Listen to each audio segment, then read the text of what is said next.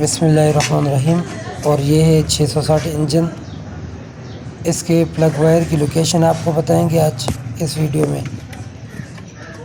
ये देखें, ये प्लग नंबर है कि ये पहले नंबर प्लग पे जाएगी ये वायर। ये आप चेक करें, ये पहले नंबर प्लग वायर है, 1 नंबर के प्लग पे लगेगी ये। अभी ये चेक करें आप, ये दूसरा नंबर पे लगेगी ये वायर। और ये यहाँ से आएगी, दरमियान वाली वायर है, और ये तीसरे नंबर पे लगेगी। ये जो प्लग वायर है यहाँ इसकी लोकेशन है, ये चेक करें। अगर ये तीसरे नंबर पे लगेगी। अभी आप चेक करें, अगर डिस्ट्रीब्यूटर में जो कप लगा हुआ है,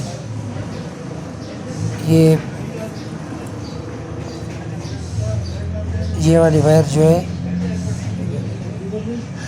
ये 1 नंबर प्लग पे लगेगी, और ये वाली तीसरे पे लगेगी, और ये वाली प्लग वायर जो है ये दूसरे नंबर पे लगेगी। ये थी 660 इंजन की प्लग वायर लोकेशन।